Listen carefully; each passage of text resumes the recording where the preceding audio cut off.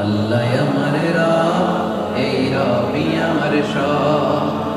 তোমার দুনিয়াতে আমি যেদিকে তাকাই, অথই দুনিয়াতে ডুবে আছি সোনা।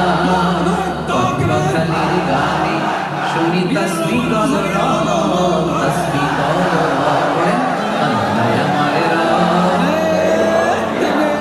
তো সম্মানিত শুধু আমি সূরা মুলকের 23 নাম্বার আয়াত তেলাওয়াত করেছি। এই 23 নাম্বার আয়াতে, এই আয়াতে আল্লাহ তাআলা আমাদেরকে স্পেশাল 3টা ব্লেসিংস দিয়েছেন, 3টা নেয়ামত দিয়ে ধন্য করেছেন।